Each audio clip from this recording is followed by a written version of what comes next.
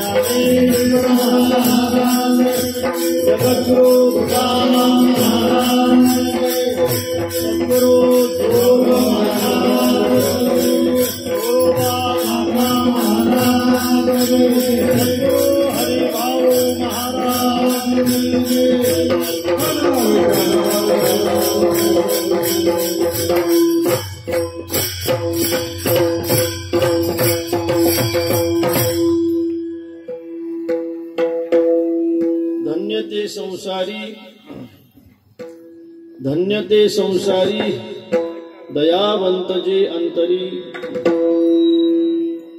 येथे उपकारासाठी आले घरजा वैकुंठी.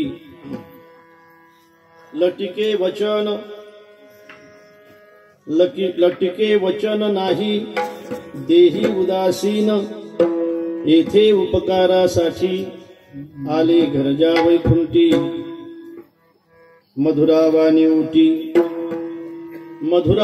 ओटी तुका म्हणे वाव पोटी, येथे उपकारासाठी आले घरजा वैकुंठी. विठ्ठला विठ्ठला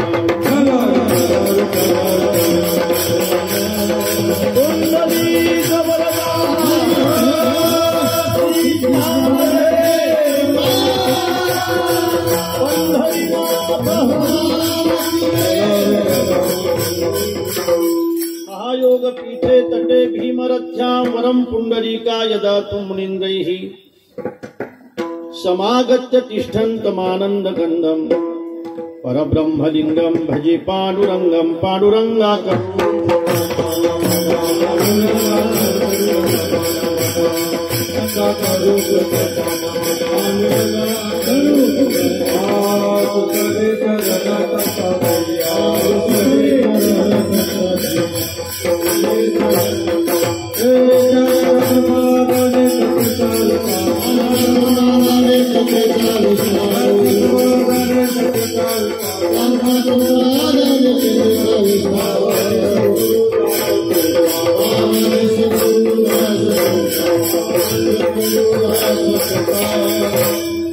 ओम नमो ज्ञानेश्वरा करुणाकरा दयाळा, तुमचा अनुग्रह लाधलो पावन झालो चराचरी. मी कळा कुसरी काही चलेने बोलितो वचने अति भाविका. एका जनार्दनी तुमचा दास त्याची आस पुरवावी. तुमचा अनुग्रह लाधलो पावन झालो चराचरी.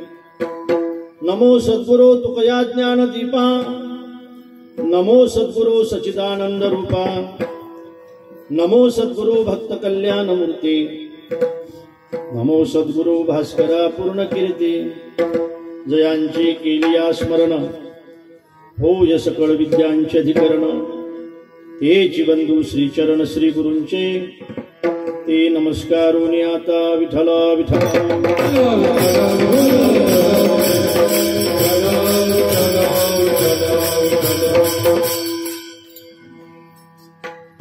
धन्य ते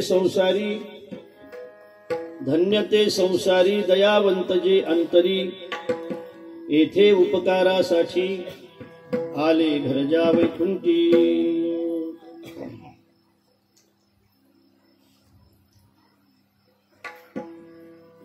गेल्या 6 दिवसापासून सुरू असलेला अखंड हरिनाम सप्ताह, आजचा आपल्या सप्ताहाचा हा 6वा दिवस आहे. आणि वैकुंठवासी हरिभाऊ महाराज यांचं हे 50वे पुण्यस्मरण आहे.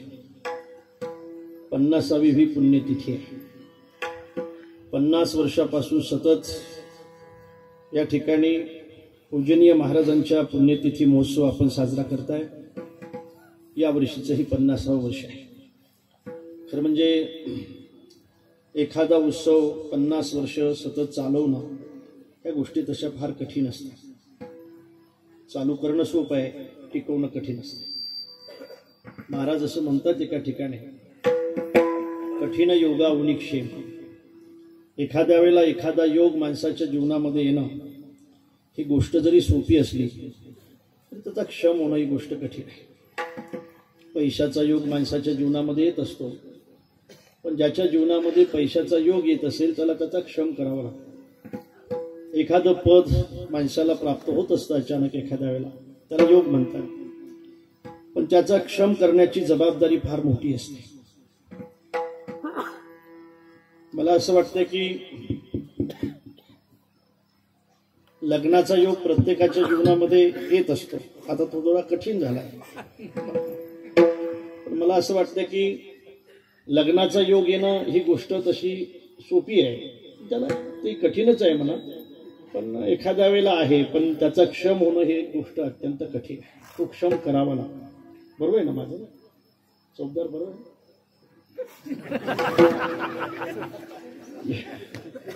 योग हा सोपा असला तरी त्याचा क्षम मात्र जीवनभर करावा लागतो.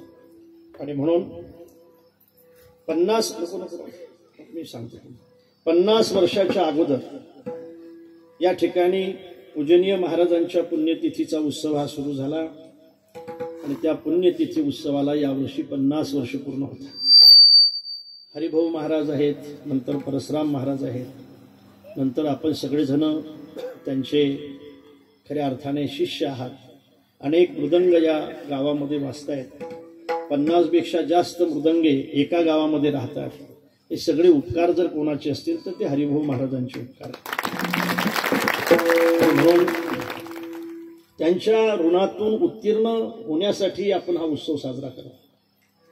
खऱ्या अर्थाने आईवडिलाच्या ऋणातून मुलांनी उत्तीर्ण झालं पाहिजे. आवाज देतो. आईवडिलाच्या ऋणातून उत्तीर्ण होणं हे जसं महत्वाचं आहे, तसं आपल्या गुरुच्या ऋणातून सुद्धा आपण उत्तीर्ण होणं अत्यंत महत्वाचं आहे. आणि म्हणून त्या ऋणातून अंशतः का होईना हा उत्तीर्ण होण्याचा आपला प्रयास आहे. आणि अत्यंत प्रामाणिक प्रयास आहे. विठ्ठला विठ्ठल.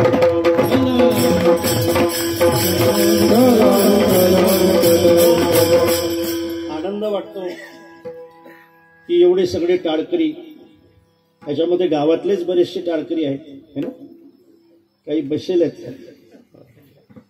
बाहेरगावची बरेच टाळकरी या ठिकाणी उपस्थित आहेत. आबा सुद्धा आलेत, आमचे प्रमोद महाराज आलेत, आमचे गायक सगळी मंडळी या ठिकाणी उपस्थित आहेत.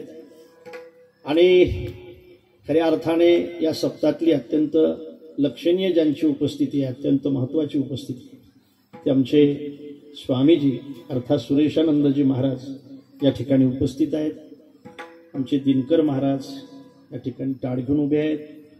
आमचे काय अनेक महाराज मंडळी नाही का, आपण सगळेजण विठ्ठल महाराज आहेत, आपण सगळेजण आहात. जगद्गुरु तुकोबारायांचा हा अभंग आहे. अभंग सगळ्यांच्या पाठातला आहे.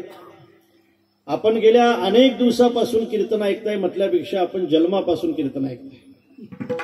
मला असं वाटतं की यामध्ये असे काही श्रोते आहेत की ते पोटात असल्यापासून कीर्तन ऐकतात. त्यांची आई कीर्तन ऐकत होती, ते सुद्धा कीर्तन ऐकतायत. तरी सुद्धा आपल्याला कीर्तनाबद्दल जी आवड आहे कीर्तनाबद्दल आवड असणं हा भाग अत्यंत महत्वाचा आहे. कीर्तन ही साधना म्हणून ऐकायची असते, लक्षात. ही साधना आहे. इतक्या दिवसापासून आपण कीर्तन ऐकतो तरी सुद्धा कीर्तनाची गर्दी अजूनही कमी होत नाही. मी तर असं म्हणेल की बऱ्याचदा कीर्तनकार काय सांगणार आहे हे श्रोत्यांना माहीत असून सुद्धा श्रोते उपस्थित असतात. कीर्तनकार आता पुढे काय सांगणार आहे हे श्रोतेच अगोदर सांगतायत, तरी सुद्धा ते अत्यंत प्रेमाने ऐकतायत. ह्या गोष्टी अत्यंत महत्वाच्या आहेत. श्रवण म्हणजे श्रवण नसते, श्रवण ही भक्ती आहे.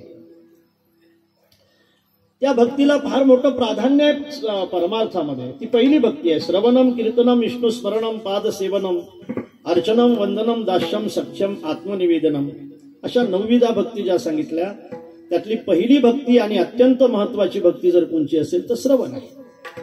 माऊली असं वर्णन करतात की एखादा तुमचा शत्रू असेल आणि तो जर मंत्राने मरत असेल तर त्याच्यासाठी तलवार हातात घेण्याची काय गरज आहे. समजा एखादा तुमचा शत्रू आहे, तुम्ही जर असं त्याला म्हटलं की उद्या तू मरून जाशील आणि तो जर मरत असेल तर त्याच्यासाठी हातात शस्त्र घेण्याची काय गरज आहे. अरे मंत्रेची वैरी मरे तरी का बांधावी कटारे.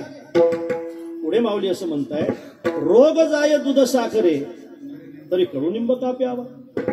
तुम्हाला जो आजार झाला तो आजार जर दूध साखरेने जात असेल, शिऱ्याने जात असेल, गुलाबजामने जर जात असेल तर त्या रोगासाठी आपण कडुलिंब तरी कशाला घ्यायचा. माऊली पुढे यासाठी सांगतायत, तैसा मनाचा मारू न करता इंद्रिया दुःख न देता इथ मोक्ष असे ऐता श्रवणाची माझी. इंद्रियाला दुःख न देता, मनालाही त्रास न होऊ देता तुम्ही जर अत्यंत प्रेमाने श्रवण करत असाल तर हे श्रवण तुम्हाला मोक्षापर्यंत घेऊन गेल्याशिवाय राहणार नाही. श्रवणाचे विषय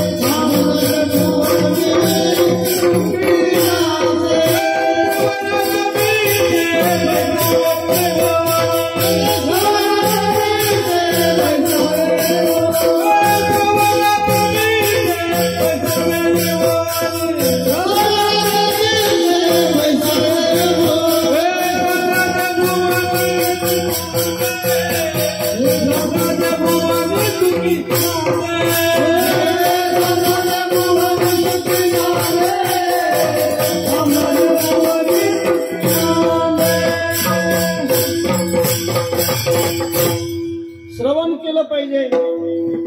त्या श्रवणाचं मनन केलं पाहिजे. श्रवण मनन त्याचा निधिध्यासन केलं पाहिजे आणि मग तत्वाचं शोधन केलं पाहिजे. श्रवण हे तत्व शोधनापर्यंत गेलं पाहिजे. ते श्रवण माणसाच्या जीवनामध्ये श्रवणच फल दिल्याशिवाय राहत नाही. अनेक साधनेसाठी सहकारी साधनेची गरज आहे, पण श्रवण या साधनेसाठी सहकारी साधनेची गरज नाही. ते साधन जन्मताच देवाने तुमच्या सोबत दिलेलं आहे. कानाला सुद्धा श्रवण म्हणताय, श्रवण म्हणताय कानाला, आणि म्हणून जन्मता दिलेला आहे. म्हणून सज्जनानो, माणसाच्या जीवनातली पहिली साधना जर कोणची असेल तर ती श्रवण साधना आहे.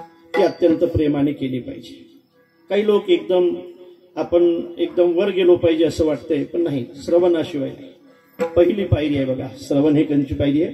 पहिली पायरी. त्या पायरीवर गेल्यानंतर दुसरी पायरी, नंतर तिसरी पायरी, नंतर चौथी पायरी. अशा पायरीने वर गेलेलं बरं राहते बघा. एकदम वर गेलं ना तर अपघात होण्याची शक्यता असते. काय झालं पहा महाराज, लहानसं पोरगं होतं आणि 5-6 वर्षाचं वय असेल त्याचे वडील त्याला खूप मारत होते. एका माणसाने विचारलं, रामभाऊ इतकं मारत असतात पोराला? अरे त्याचा जीव जाईल, किती मारताय तुम्ही त्या पोराला? काय चूक केली बरं अशी त्याने? एवढी चूक नशील केली की तुम्ही जेवढं मारताय त्याला, एवढं असं मारत असतात त्या म्हणे. कशासाठी मारताय बरं तुम्ही त्याला? त्याने सांगितलं, मूर्खाला मारताय म्हणजे अरे आम्ही वर राहतो, वर माडीवर राहतो आम्ही. म्हटले मग या मूर्खाला मी चप्पल घेतली. म्हटले मग याला सांगितलं की ही चप्पल जास्त घासली नाही पाहिजे. म्हटले मग त्यातली एक पायरी मधात सोडायची आणि दुसऱ्या पायरीवर पाय ठेवायचा. म्हटले मग या मूर्खाने 2 पायऱ्या मधात सोडणं चालू केलं आणि 4थ्या पायरीवर पाय ठेवतं हे. अरे मग बरं झालं ना रामभाऊ, बरं काय झालं म्हणजे चड्डी फाटली ना. अनर्थ आहे, त्याच्यासाठी सांगितलं. म्हणून श्रवण ही भक्ती अत्यंत महत्वाची आहे, फार प्रेमाने केलं पाहिजे. मी कथेमध्ये सांगितलंय, चुकल्या पुत्राची शुद्धी वार्ता, जेने आदरे ऐके माता, तेने आदरे हरिकथा संत कथा परिसार. चुकलेल्या पुत्राची वार्ता जितक्या प्रेमाने माय ऐकते, तितक्या प्रेमाने जर तुम्ही हरिकथा ऐकत असाल तर ही श्रवण उद्धार केल्याशिवाय राहणार. लक्षात ठेवा. श्रवणे परीक्षिती तरला भूपती, 7 दिवसा मुक्ती झाली तया. मग श्रवण केलं पाहिजे कशाचं, काय ऐकलं पाहिजे. ऐकण्यासाठी तर अनेक विषय आहेत ऐकण्यासाठी, अनेक विषय. ऐकण्यासाठी अनेक विषय जरी असले तरी महाराज जे विनंती करतात ते ऐकलं पाहिजे. तुम्ही ऐकार कान माझ्या विठोबाचे गुण, माझ्या विठोबाचे गुण, माझ्या विठोबाचे गुण.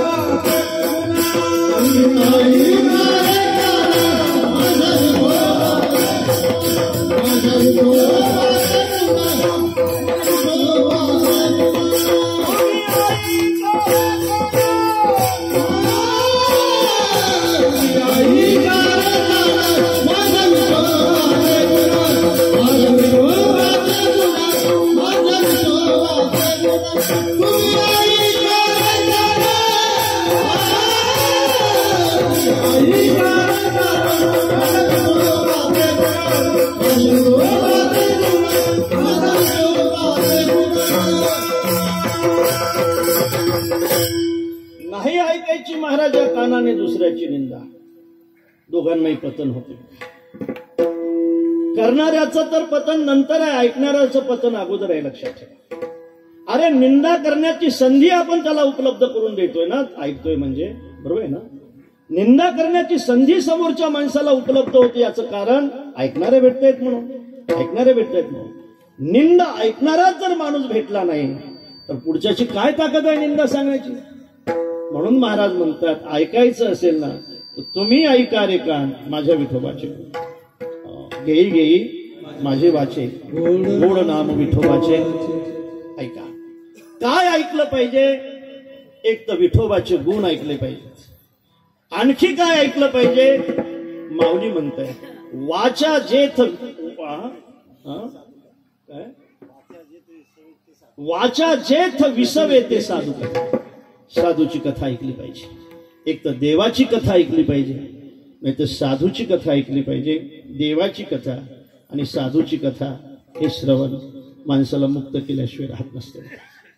काकांचं उदाहरण आपण किती दिवसापासून घेतो, किती दिवसापासून देतोय.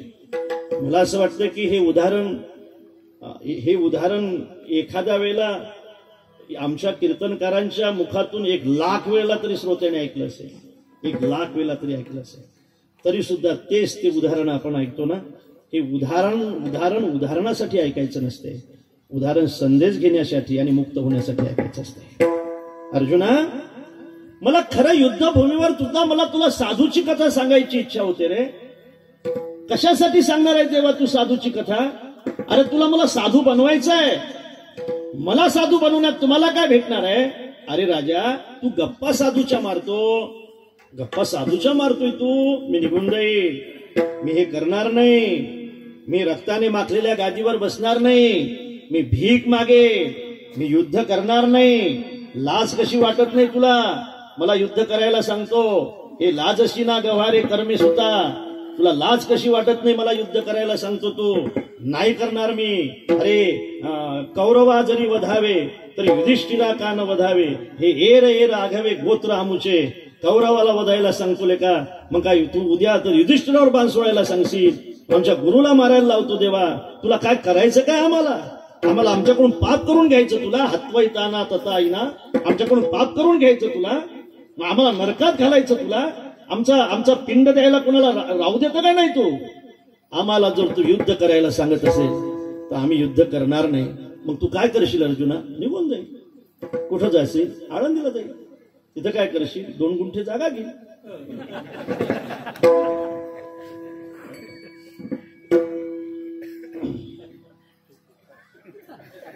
हे अर्जुनाचं नाही, हे आपलं आहे.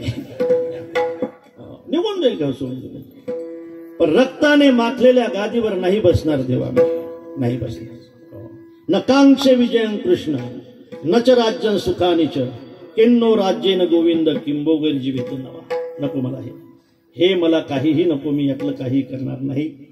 सज्जनानो, अर्जुनाच्या गप्पा ज्या आहेत त्या साधूच्या आहेत. बरोबर आहे ना? साधूच्या गप्पा, अर्जुनाच्या गप्पा साधूच्या आहेत. निघून जाईल, असं करेल, हे करेल, साधूच्या गप्पा आहे. पण देवाला असं वाटते हा साधूच्या गप्पा मारतोय ना, त्याला साधू बनवलं पाहिजे. एक वाक्य बोलू का महाराज? साधूच्या गप्पा मारण्यामध्ये जर इतका आनंद भेटतो तर प्रत्यक्ष साधू होण्यामध्ये किती आनंद असेल. तो आनंद आपल्याला घेता येत नाही. आमच्यासारख्या कीर्तनकाराला तो भाग वेगळा आहे. पण साधू होण्याचा आनंद किती मोठा असेल महाराज, किती मोठा असेल. नाही या आनंदाशी जोडावा, इतका मोठा असेल. आणि म्हणून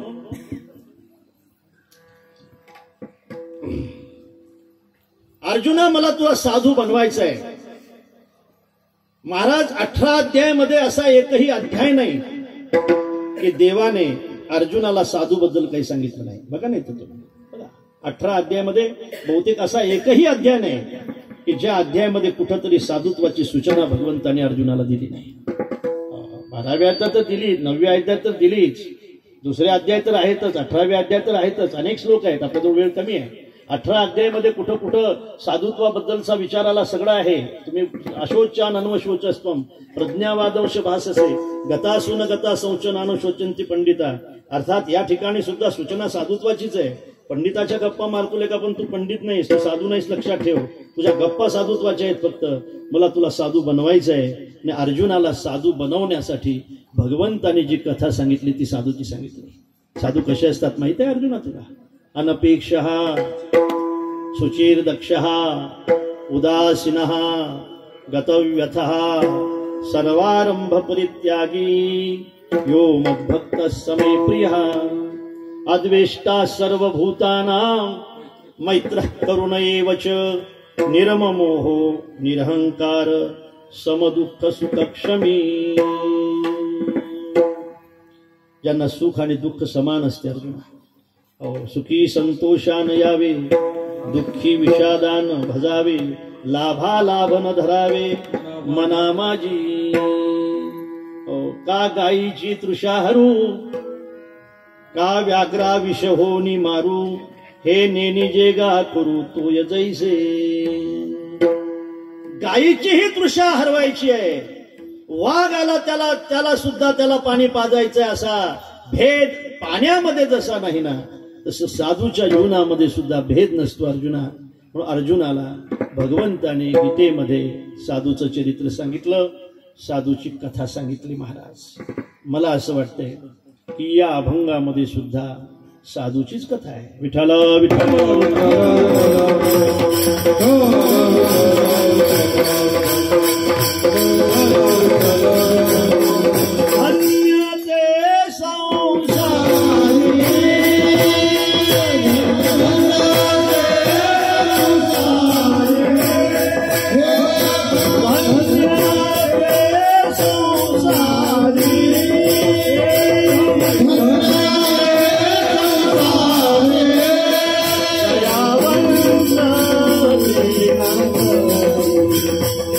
दयावंत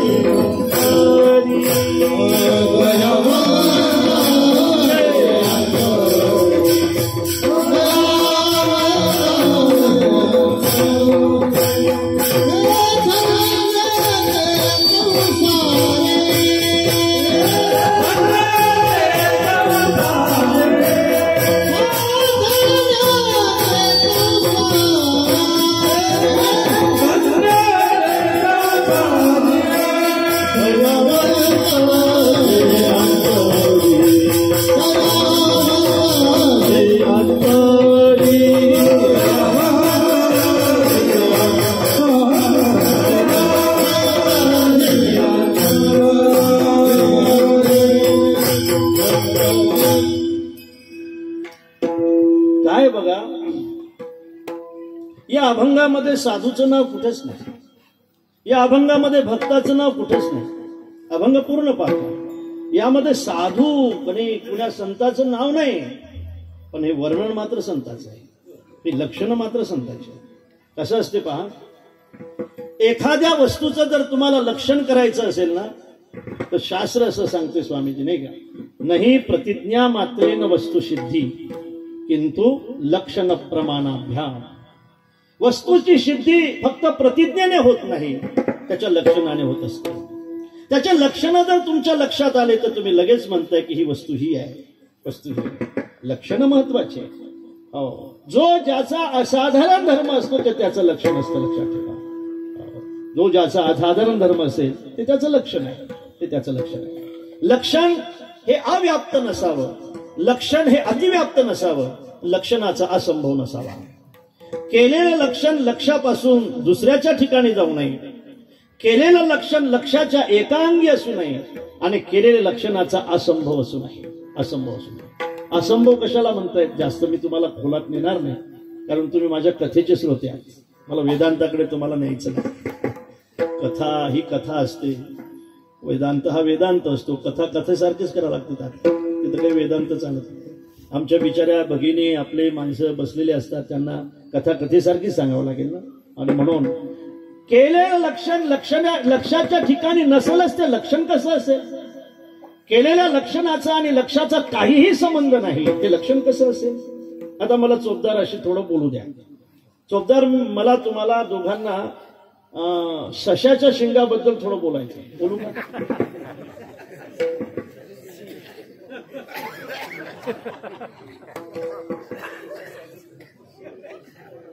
कशाच्या शिंगाबद्दल बोलू? सशाच्या शिंगाबद्दल.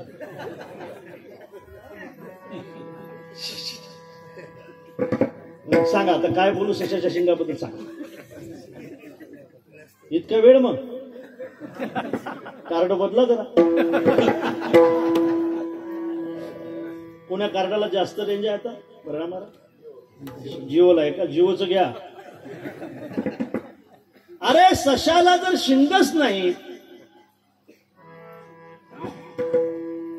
लक्षण होईल त्या सशाचं, त्याचा असंभव आहे, असंभव. आता दुसरा प्रश्न आहे बघा, पक्षाला 2 पाय असतात. चोपदार, किती पाय असतात? 2 असतात. मग ज्याला 2 पाय असतात त्याला काय म्हणतात? तुम्हाला किती आहेत? जा मग उडत. केलेलं लक्षण लक्षापेक्षा जर अन्य लक्षाच्या ठिकाणी जात असेल तर त्याला अतिव्याप्ती म्हणतात, आणि केलेलं लक्षण जर एकांगी असेल तर त्याला अव्याप्ती म्हणतात. केलेलं लक्षण अतिव्याप्त नसावं, केलेलं लक्षण अव्याप्त नसावं, केलेल्या लक्षणाचा असंभव नसावा, ते खरं लक्षण आहे. लक्षण असाधारण धर्म लक्षण आहे, त्याचा असाधारण धर्म असेल त्याचं ते लक्षण आहे. बघा तुम्हाला सांगतो मी, बघा तुम्ही एखाद्या वेळेला मुलगा बाहेर उभा असतो आणि त्या ठिकाणी एखादा माणूस येऊन उभा राहतो, आणि तो मुलगा आपल्या आईला त्या माणसाचे लक्षणं सांगतो. मा, आपल्या दारामध्ये एक माणूस उभा आहे. म्हटलं काय रे, कसे त्याचे लक्षणं? मा, त्याने गुडघ्यापर्यंत धोतर नेसलेलं आहे. हा. त्याने फार मोठा झबला घातलेला आहे. म्हटलं हा. त्याने त्याच्यावर उपरणं बांधलेलं आहे, असं उपरणं बांधून घेतलेलं आहे. म्हटलं हा. त्याच्या एका हातामध्ये टाळ आहे, मा असा टाळ आहे. म्हटलं हा. एका हातामध्ये चिपडे आहे. म्हटले हा. आणि त्याच्या डोक्यावर मोर पिसाचा टोप आहे. कोण आहे? मी तो वासुदेव तत्वता कडो येईल विचारिता आहे ठाऊक सभागुणा आहे तुला आणि नमस्कार वासुदेव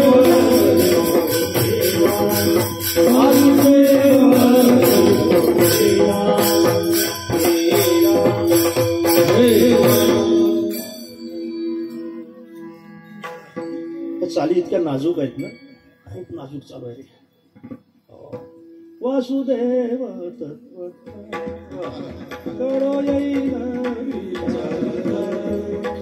आहे ठाऊक नाही तुझा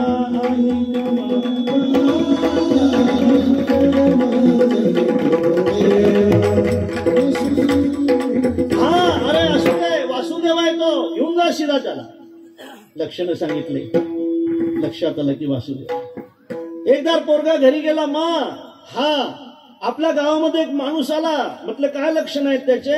अरे बापरे मा त्याच्याजवळ पेटार आहे. म्हटले मग त्याच्यामध्ये नाग आहे, मग असं फणा करतो तो नाग. म्हटले हा, आणखी डमरू आहे मा त्याच्याजवळ, असं डमरू वाजवतो मा तो, चल चल चल चल चल चल चल चल असं म्हणतोय मा तो असं. अरे मा लगेच तो 50 रुपयाची नोट घेतो, 50-50च्या 10 करून दाखवतो मा. अरे कोण आहे तो? लक्षण समजले, तुम्ही गारोड्याचं नाव घेतलं. हा एक माणूस आहे मा, आपल्या अंगावर त्यानं झपला घातलेला आहे, डोक्यावर मस्त पैकी एकदम लग्नात नव्हता त्यापेक्षा चांगला टोप आहे.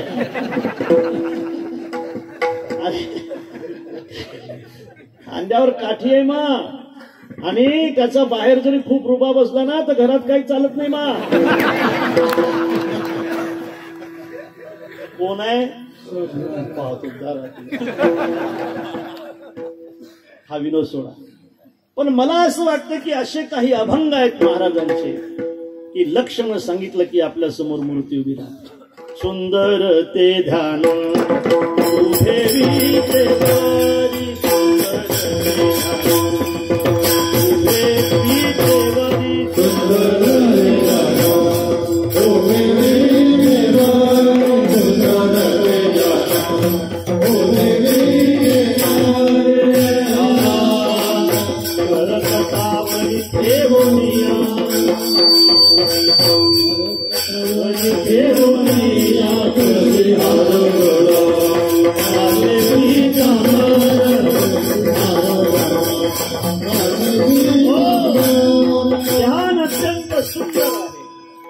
विटेवर उभा आहे, कटेवर हात आहे, तुळशीचा हार गळ्यामध्ये आहे, मकर कुंडल आहे, मकर कुंडल आहे, तळपती श्रवणी, कंठी कौस्तुभमणी विराजित, नाही का? खऱ्या अर्थाने तुकोबाराय म्हणतात, हे माझं सर्वस्व आहे, हे माझं सर्व सुख आहे. या अभंगामध्ये कुठंच देवाचं नाव नाही महाराज. पण तुम्ही हे लक्षण ऐकल्यानंतर आपल्याला पंढरपूरला गेल्याशिवाय पर्याय राहत नाही. लक्षात ठेवा, हे लक्षण आहे. एखाद्या वस्तूचे लक्षण जर आपल्या समोर सांगितले ना की त्या वस्तूची सिद्धी होत असते. म्हणून सिद्धी होण्यासाठी लक्षण जसे महत्वाचे आहेत तसं मला असं वाटतंय की या अभंगामध्ये सुद्धा कुठंच साधूचं नाव नाही. बघा तुम्ही, नाही तर आहे का? धन्य ते संसारी दयावंत जी अंतरी, येथे उपकारासाठी आडे घरजा वैकुंठी, लटिके वचन नाही देही उदासीन, तुका म्हणे मधुरा वाणी होती, तुका म्हणे वाव पोटी. कुठेही साधूचं नाव नाही, कुठेही भक्ताचं नाव नाही. पण मात्र हे सगळे जे लक्षण आहेत ना ते भक्ताचे आहेत. धन्य ते संसारी, संसारामध्ये ते धन्य आहेत, संसारामध्ये ते धन्य आहेत. महाराजांनी अनेक ठिकाणी धन्य हा शब्द वापरला. धन्य माता पिता तया,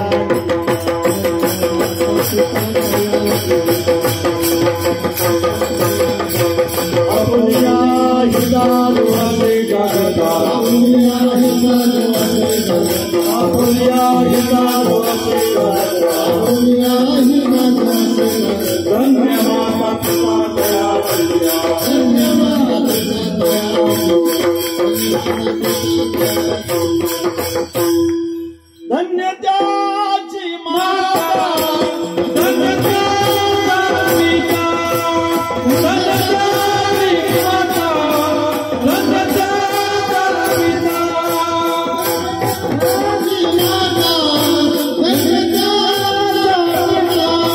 धन्य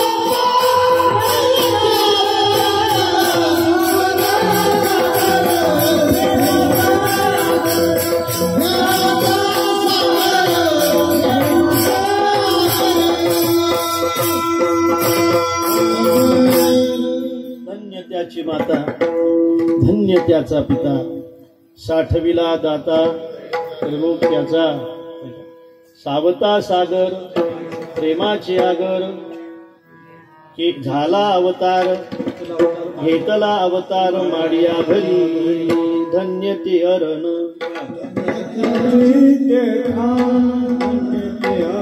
धन्य ते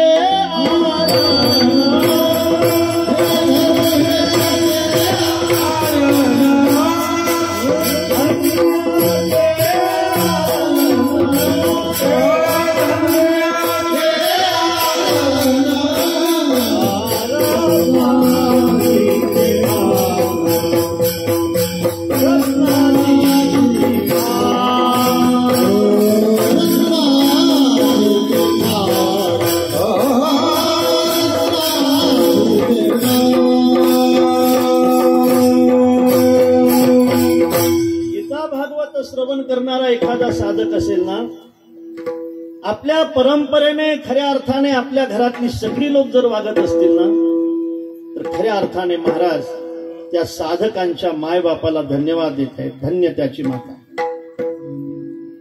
धन्य त्याचा पिता साठविला दाता त्रिलोक्याचा.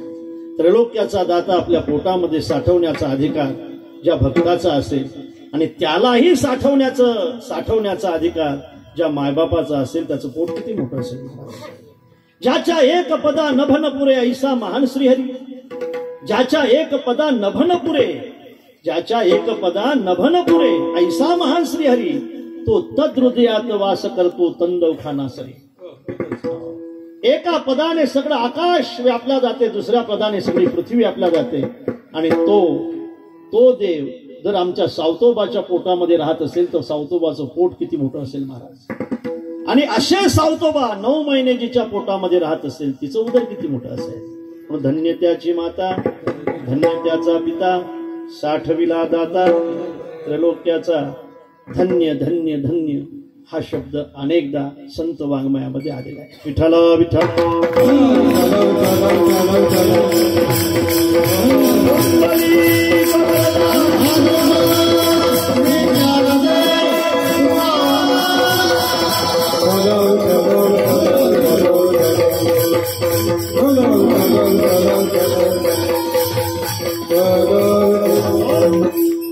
या ठिकाणी सुद्धा महाराज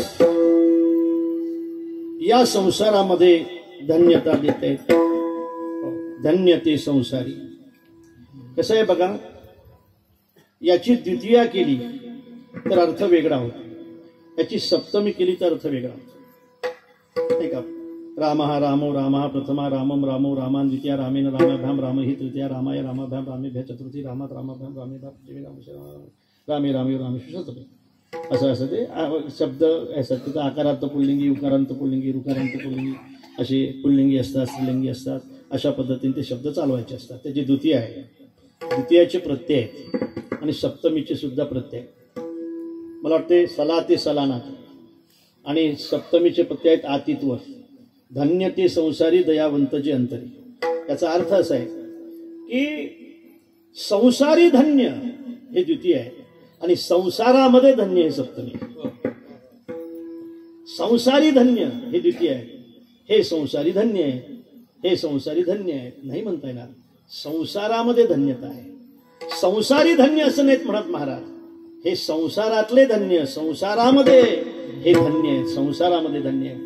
याचा अर्थ या जगतामध्ये धन्य जर कोण असतील तर ते सक्त संत आहे. धन्य ते संसारी, धन्य ते संसारी, कारण दयावंत जे अंतरी. विषय असा आहे की महाराज म्हणतात ज्यांच्या अंतकरणामध्ये दया आहे ते धन्य आहेत. दयावंत, दयावान वेगळे बरं का, दयावंत वेगळे. दयावान, दयावान म्हणजे प्रसंगाला दया करतात आणि प्रसंग निघून गेल्यावर निष्ठुर होतात. हे दयावान आहे, दयावान आहे. जोपर्यंत आपलं चांगलं आहे तोपर्यंत दया आहे. एकदा वाईट झालं की मग बापरे, मग फार कठीण आहे, फार कठीण आहे. दयावंत वेगळे, दयावान वेगळे. संत हे दयावंत आहे. मी खरं सांगू का, दयावान म्हणजे एखाद्या नदीतलं पाणी. दयावान म्हणजे एखाद्या नदीतलं पाणी, दुष्काळ पडला की त्याचे खडगे तयार होतात, डबरं तयार होतात, आटत आटत जाते, असं आटत आटत जाते, त्याला नदीतलं पाणी म्हणतात. दुष्काळ पडला की तळ्यातलं पाणी सुद्धा आटते, त्याला तळ्यातलं पाणी म्हणतात. असं समजा की ते दयावान म्हणू आपण, दयावान म्हणू. पण साधू दयावान नाही, दयावान नाही, दयेचे सागर आहे. बाप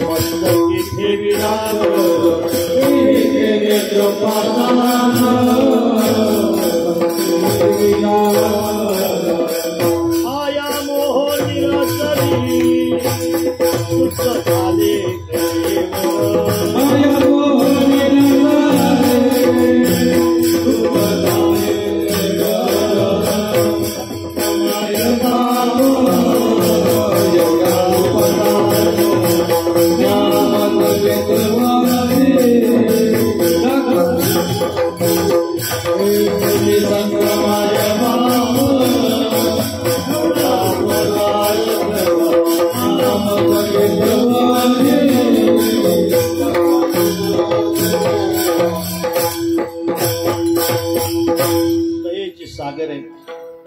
फक्त दयावान नाही, दयेचे सागर आहे. दया ही अंतःकरणामध्ये राहत असते महाराज. क्षमा, दया, क्षमा, शांती, येथे देवाची वसती असं म्हणतोय. दया आणि क्षमा, मला असं वाटतंय की ह्या दोन सख्या बहिणी, दया आणि क्षमा. काय झालं एक विचार सांगतो आपल्याला. इथे आपल्याला काही 20 मिनिट राहिले आपल्याजवळ. विषय असा आहे की काय झालं, कौरव पांडवाचं युद्ध झालं, आपल्या सगळ्यांना माहिती आहे. कौरव सगळे संपत आले हे सुद्धा माहिती आहे. पितामह सुद्धा गेले, द्रोणाचार्यही गेले, आणि कर्णाकडे ते सेनापती पद आलं, तोही गेला, आणि शेवटी दुर्योधनाकडे सेनापती पद आला. शेवटी तो दुर्योधन शेवटी सेनापती झाला, आणि सेनापती झाल्यानंतर दुर्योधन सुद्धा शिरपंचरी पडला. तर दाना तेवढ्या त्या ठिकाणी अश्वत्थामा गेला.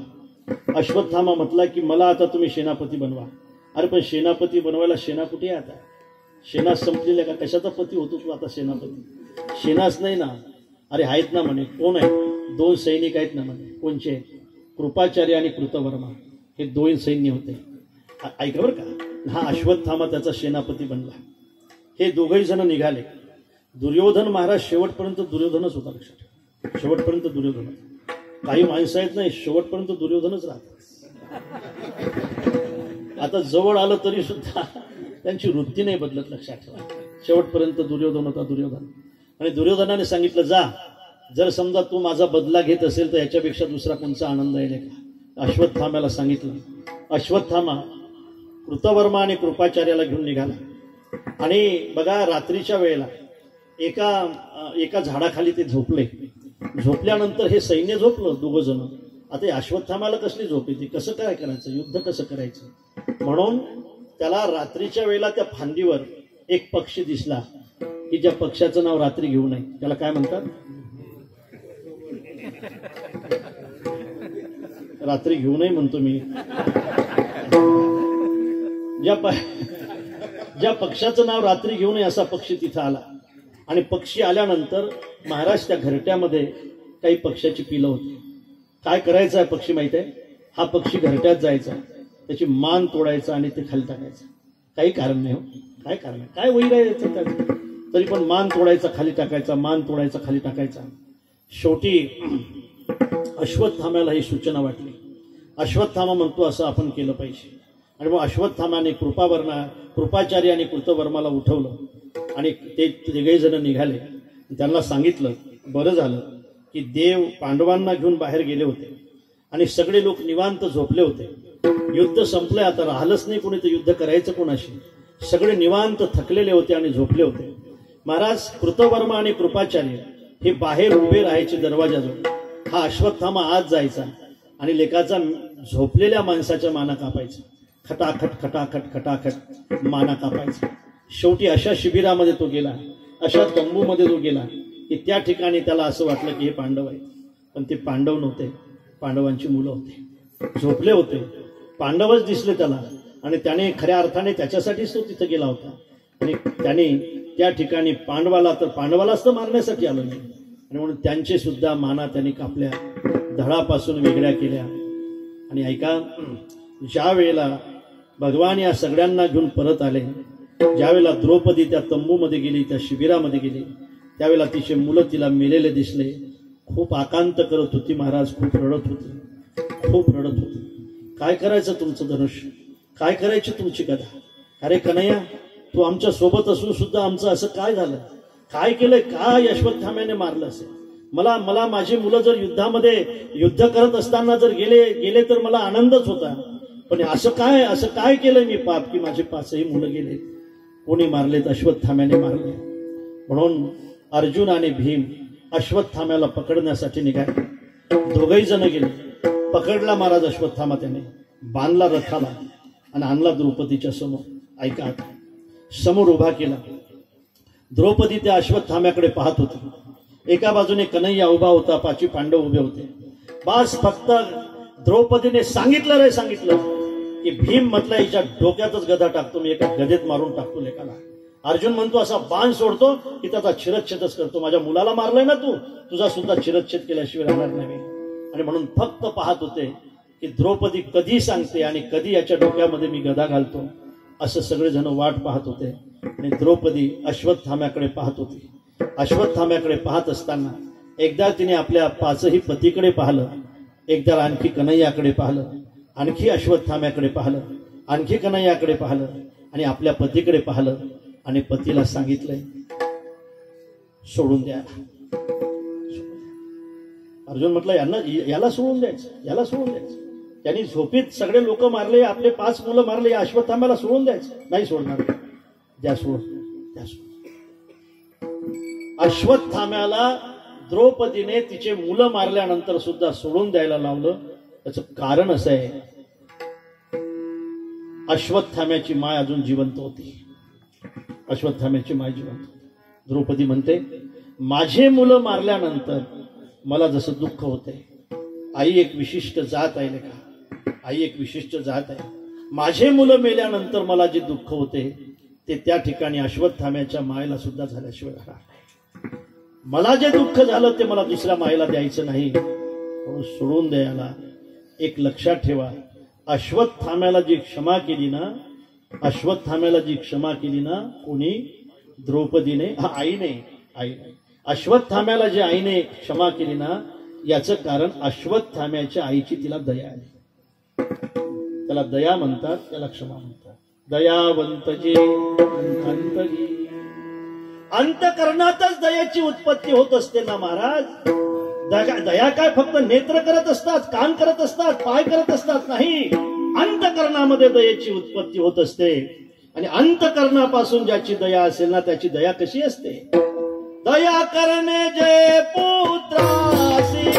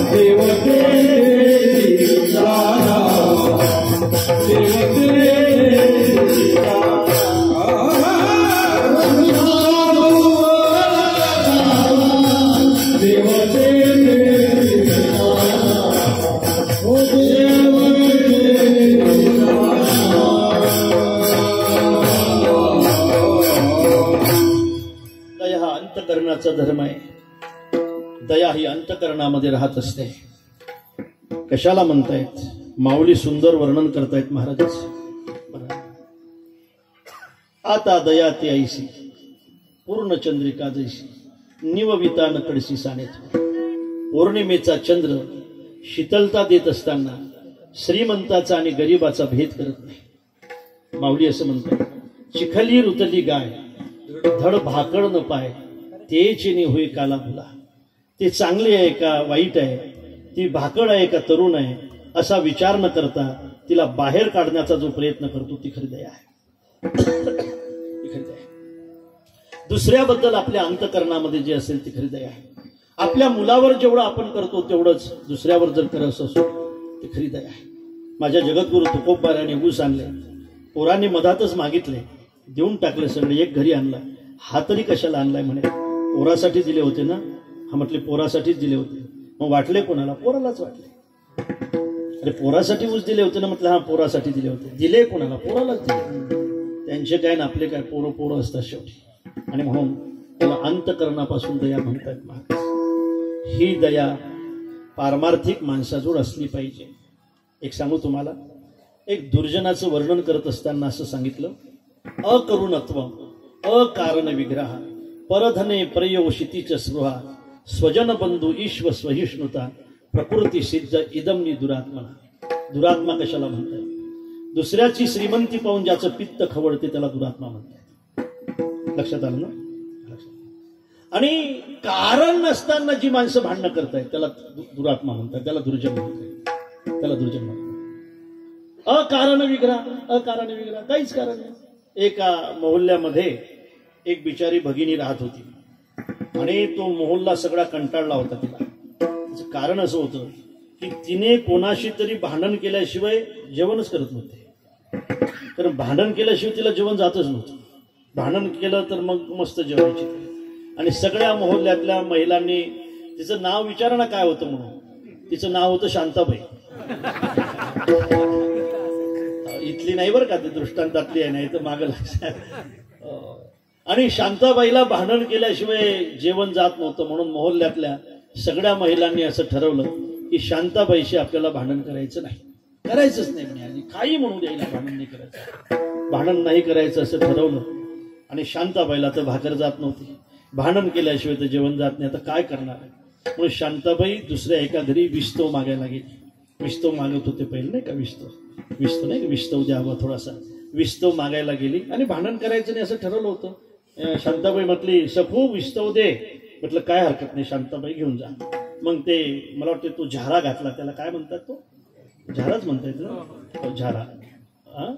उलटणं नाही, झारा झारा. उलटणं भाकरीसाठी असतं, भज्यासाठी असतो तो. भजे भजे भजे भजे भजे भजे भजे भजे काय उलटण्याने काढतात का तुमच्याकडे? भज्यासाठी असतो तो झारा. तो झारा घेतला, तो असा झारा त्या चुलीत घातला, विस्तव असा काढला. घ्या शांताबाई, घ्या विस्तव. हात जोडून म्हटले. आता म्हटले शांताबाईनं काय केलं माहिती आहे का? आपला पदर पुढे केला. ऐकता ना तुम्ही? शांताबाईने विस्तव घ्यायसाठी आपला पदर पुढे केला. टाक म्हणे याच्यात टाक म्हणे. अरे शांताबाई, ते जळून जाईल ना. जळून जाईल म्हटलं, झालं बाहेर.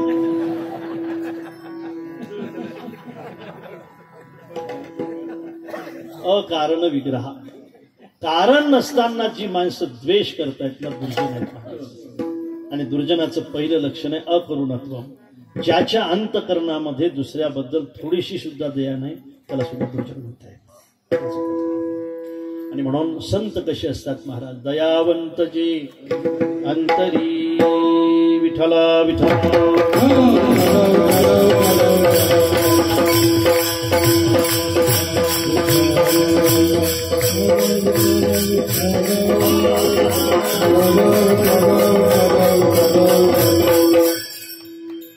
परवा आमच्या कळमच्या गोशाळेला गेलो. काल कळमला ढोकी रस्त्यावर गोशाळा, आपल्या संपर्कामध्ये आम्ही त्यांना मदत करत असतो. कालच आम्ही एक गाडी चारा पाठवला. त्याच्या अगोदर 2-4 गाड्या चारा पाठवला. 5-6 रुपये किलो आहे महाराज चारा सध्या. तुमच्या या गावातल्या एकाने काय रे तुझं नाव, त्याने सुद्धा चारा द्यायचं कबूल केलं. त्याला हनुमान नाही का, तो म्हटला की मी एक गाडी चारा पाठवतो कळमच्या गोशाळेला. कोणाला द्यायचा असेल तर संपर्क करा आणि द्या. तिथं मी गेलो बरं का परवा महाराज, खरं सांगतो. आणि काय झालं की पोलीस गायी पकडतात, तिथं नेतात, हे बिचारे वागवतात, त्यांना कोणी मदत करत नाही. सरकारची अजून काही मदत नाही, घोषणा झाली पण मदत काहीच नाही. तिथं गेल्यानंतर मी त्याला म्हटलं होतं की हे 15 म्हशी कशाला घेतल्या रे तू, हे म्हशीची गोशाळा ऐकले का, गायी वागवायच्या आपल्याला, म्हशी कशाला घेतल्या. खूप रागावलो महाराज. पण ज्यावेळेला मी काल तिथं गेलो ना, त्या म्हशी पाहायला मी खरंच करुणा आली, खरंच दया आहे. असू द्या, म्हशी झाल्या म्हणून काय झालं, कटायला जात होत्या बिचाऱ्या, इथं जिवंत राहून राहिल्या. ते बिचाऱ्यात म्हशी अशा उभ्या होत्या, काय करतील बिचारा, सगळे डोळ्यातून त्याच्या ते पाणी वाहत होतं. असं पाहिलं, असं वाटलं जाऊ द्या, गाई काय म्हशी. म्हणजे विषय असा आहे की दुसऱ्याच्या बद्दल ज्याच्या अंतकरणामध्ये कधी दया उत्पन्न होत नसेल महाराज, दुर्जन आहे तो, दुर्जन. एखादा माणूस तडकतो राजा तुमच्या समोर आणि तुम्ही त्या ठिकाणी तुमच्या 2 पैशाचा विचार करता, त्याच्या आजाराचा विचार करत नाही, शिल्लक असून सुद्धा, दुर्जनाचंच लक्षण आहे. नाही, दुर्जनाचं लक्षण. ज्याच्या अंतकरणामध्ये दया नसेल महाराज तो दुर्जन आहे. आणि मग साधूंच्या जीवनामध्ये काय दया आहे, काय दया आहे. अनेक उदाहरणं मला देता येतील. म्हणून धन्य आहेत ते की जे दयावंत आहेत. धन्य ते संसारी दयावंत जे अंतरी. अरे आणखी किती दया पाहिजे महाराज, ते उपकारासाठी, ते उपकारासाठी,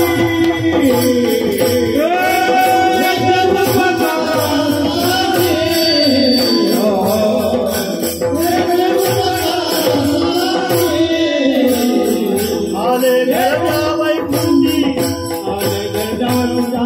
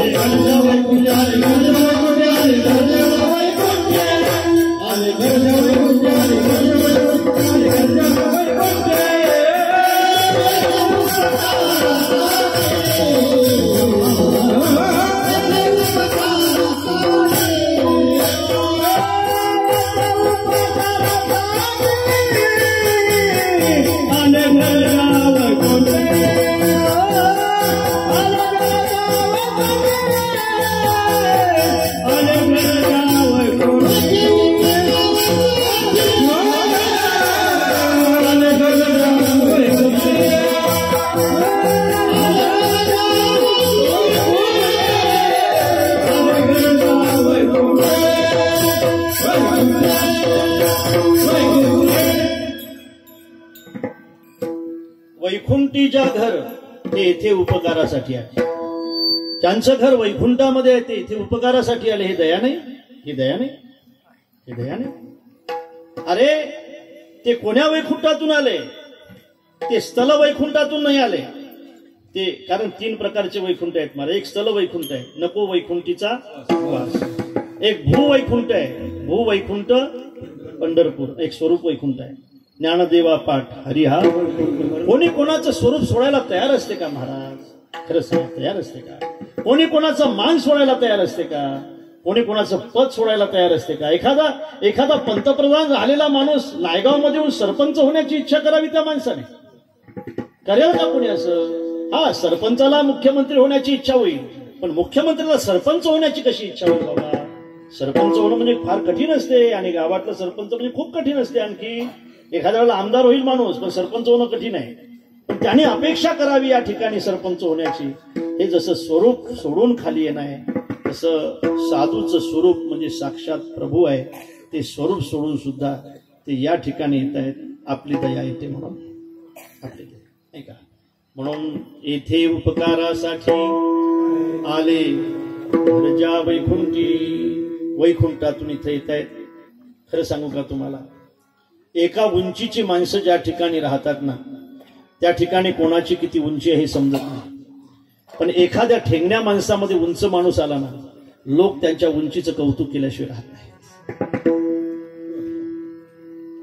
साधूचं कौतुक होते याचं कारण हेच आहे, आपली उंची सोडून, आपला मान सोडून, आपलं स्वरूप सोडून, आपला अधिकार सोडून सर्वसामान्य माणसाच्या उद्धारासाठी जर या ठिकाणी येत असतील आणि सामान्यासारखी राहत असतील, महाराज जन्माला आलं की दुःख भोगावंच लागतंय, ते साधू असो वा सामान्य असो, या मृत्यू लोकामध्ये जर तुम्ही येत असाल तर लोक तुम्हाला त्रास देतीलच.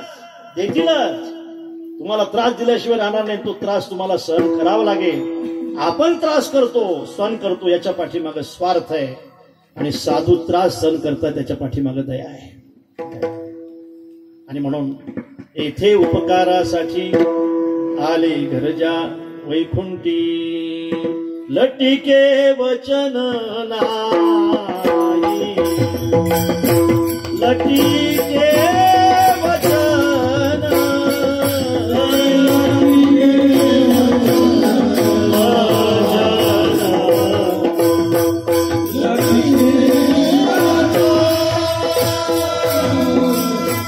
लटिके वचन, लटिके वचन,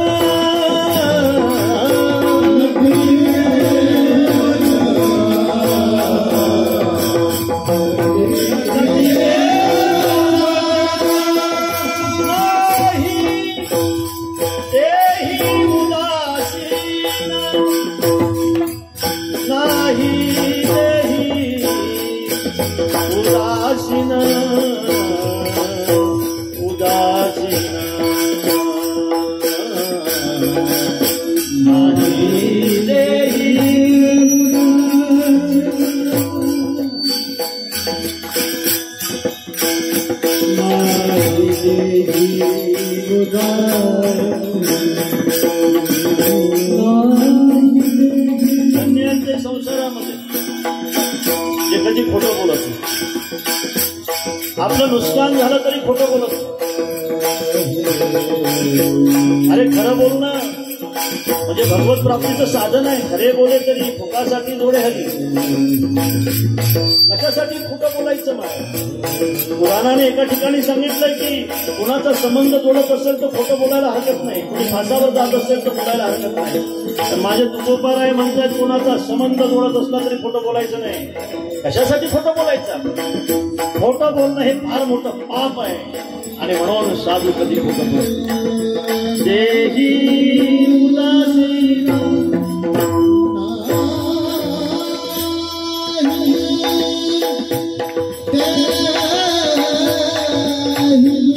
पहाडीला नाही, पहाडी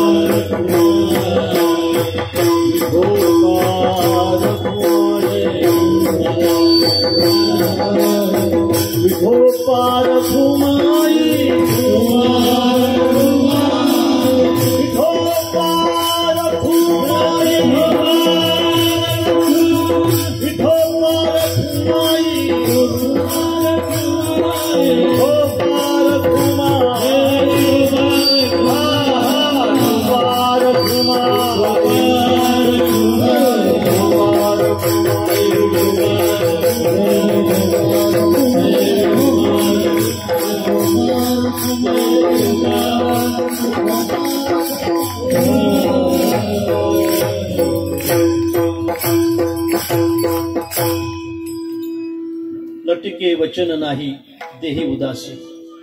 जे देहावर उदास असतात झालंय 5 मिनिटांमध्ये थांबायचं आहे.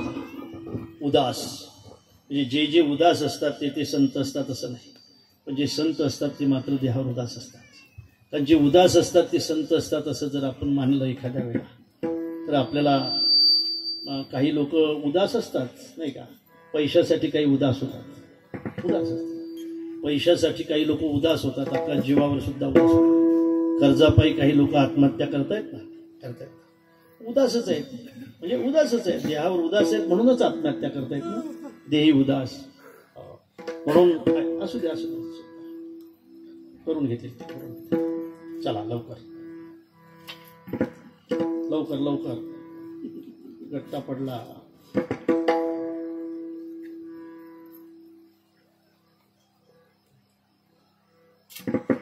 थाप टाका.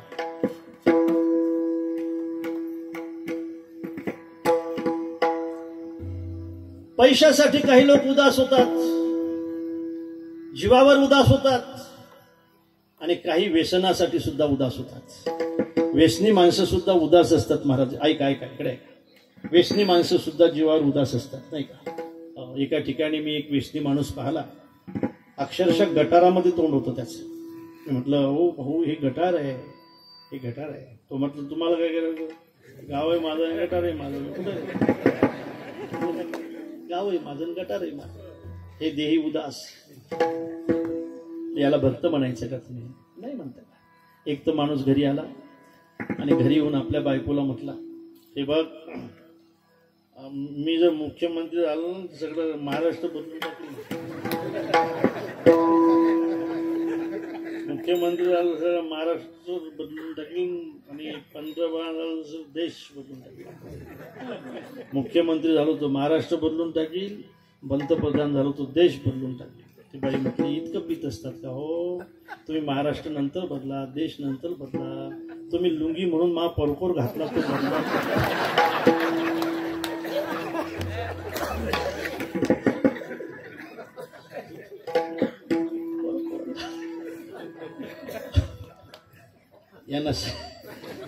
यांना साधू म्हणणार तुम्ही? जे देही उदास. लटिके वचन नाही, लटिके वचन नाही आणि देही उदासीन. येथे उपकारासाठी आले गंजा वैकुंठी. खरं सांगू का महाराज, काही लोक ओठामध्ये वेगळे असतात आणि पोटामध्ये वेगळे असतात. खरं सांगू, ओठ वेगळे असतात लोकांचे, पोट वेगळं असते. आपण त्याचा अनुभव घेतो. आणखी 5 वर्षांनी येईल. माझ्या बंधू आणि भगिनींनी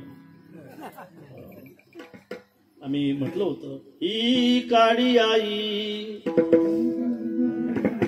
धनधान्य देई, जोडते मनाची नाती, आमची माती आमची माणसं. याचा अर्थ माहित आहे तुम्हाला? माहित आहे? सांगू का? आमचीच माणसं आमचीच माती.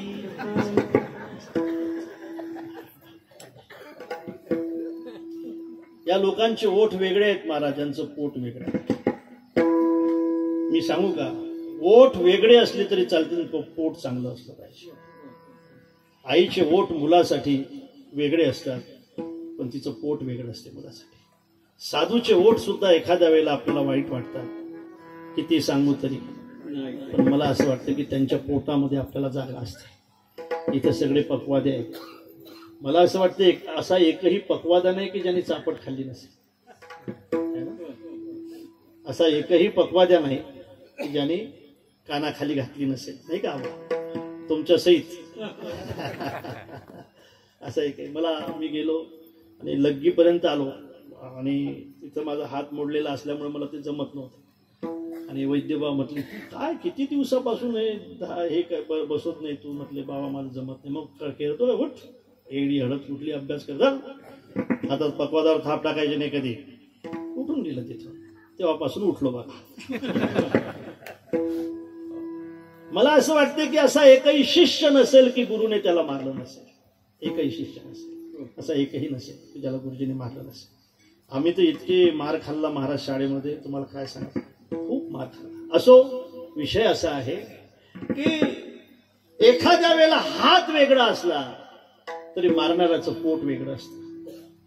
काही लोक बोलायला फार मृदू असतात महाराज, फार ओठ चांगले असतात त्या लोकांचे, पण पोट चांगलं नसतं. खरं सांगतो तुम्हाला, या देशातल्या श्रीमंत लोकांचं जर पोट चांगलं असतं ना तर हा देश जगामध्ये 1 नंबरचा झाला असता. लक्षात ठेवा, जगामध्ये 1 नंबर असता महाराज. खऱ्या अर्थाने या देशासारखी भूमी कुठं नाही, या देशासारखे ऋतू कुठं नाही, या देशासारखी कंखरता कुठं नाही, या देशाची सारखी बुद्धी कुठं नाही महाराज. आणि हे सगळं असून सुद्धा हे बिचारे आपलं नाही का, त्यांच्या पोटात आपल्याला जागा नाही. आणि म्हणून मला असं वाटतं की यांचे ओठ चांगले आहेत, पोट चांगलं नाही महाराज. मी तर असं म्हणेल की कीर्तनकाराचे ओठ बिघडले तरी चालतील, पण त्याचं पोट नाही बिघडलं पाहिजे. काही लोक असे आहेत की त्यांचे ओठ बिघडलेत पण पोट नाही बिघडलं. काही लोक असे आहेत की त्यांचे ओठ चांगले आहेत पण पोट खराब आहे. लक्षात येतं ना मी पोट कशाला म्हणतोय? पोट खराब आहे. पोट फार चांगले आहे, पोट फार खराब आहे. पण साधूचं असं आहे महाराज की त्याचे ओठही चांगले आहेत आणि पोटही चांगलं आहे. अभंगाच्या शेवटच्या मधुरावारी मोठी, मधुरावारी मोठी, मधुरावारी मोठी, मधुरावारी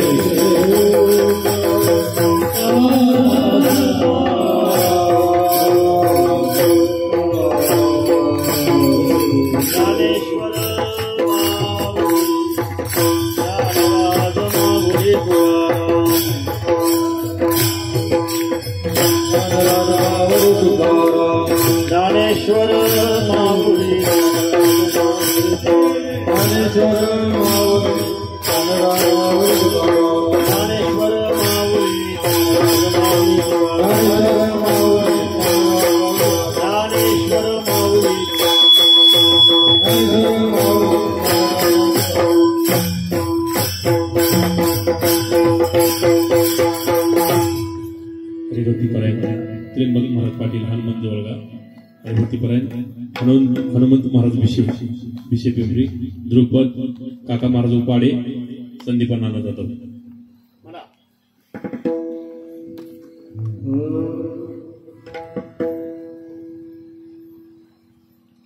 मधुरावानी मोठी, मधुरावानी मोठी,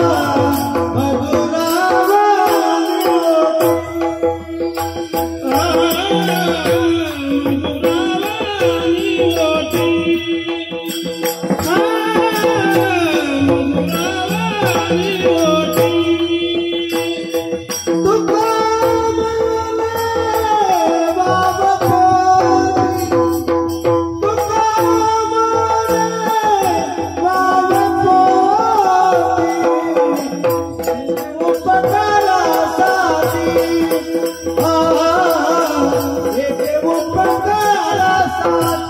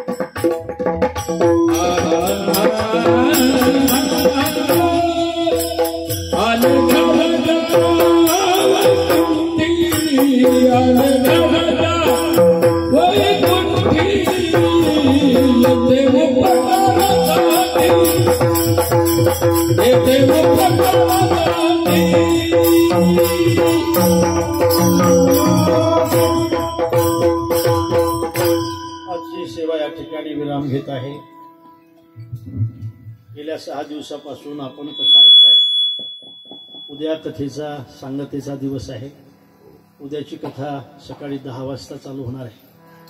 तरी आपण खऱ्या अर्थाने ज्यांना श्रवणाची इच्छा असेल त्याने उद्या नोंद घ्यावी की उद्या सकाळी 10 वाजता कथा चालू होणार. खरं म्हणजे मोठा उत्सव आहे. हा उत्सव अनेक दिवसापासून आपल्याला माहीत आहे की या उत्सवामध्ये खूप मदत कोण करते नाही का. तुमचे भागवतराव आहेत, आपण आहात. पण मला असं वाटतं की यावर्षीचा उत्सव जरा मोठा असल्यामुळे आपण सगळ्यांनी यथाशक्ती या उत्सवाला मदत करावी. हरिभाऊ महाराजांचा खऱ्या अर्थाने हा उत्सव आहे. आपण सगळ्यांनी मदत करावी अशी सुद्धा आपल्याला विनंती करतो. या ठिकाणी माझ्या शब्दाला विराम देतो. विठ्ठल जय जय.